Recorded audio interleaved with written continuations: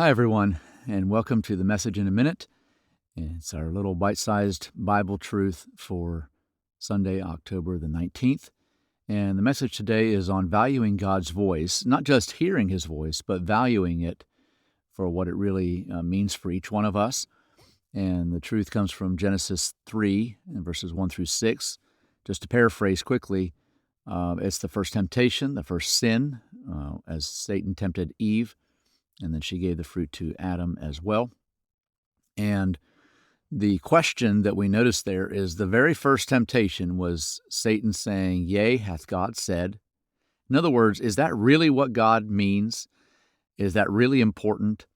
And I want to just remind you of several truths here today. The first being that God's voice is unchanging over time. And what God required for the early followers after God, even in the Old Testament and then into the New Testament and the years since then, God still requires the same thing. His voice is unchanging. And then not only that, but it's also uncompromising as the truth. In these days, of course, we have so much the mindset, your truth, my truth.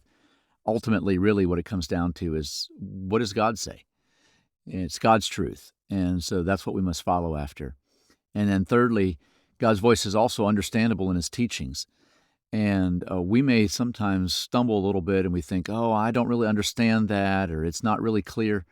But in many cases, we do understand a lot of what God wants. And maybe our issue too often is that we don't really like what he says, or we're not really wanting to do that. And so today I just urge you, let's value God's voice. Let's really make it a priority to hear from him and then to obey. That's really where the value comes in, is not just hearing it, not just even liking it, but to obey it. And so do that today.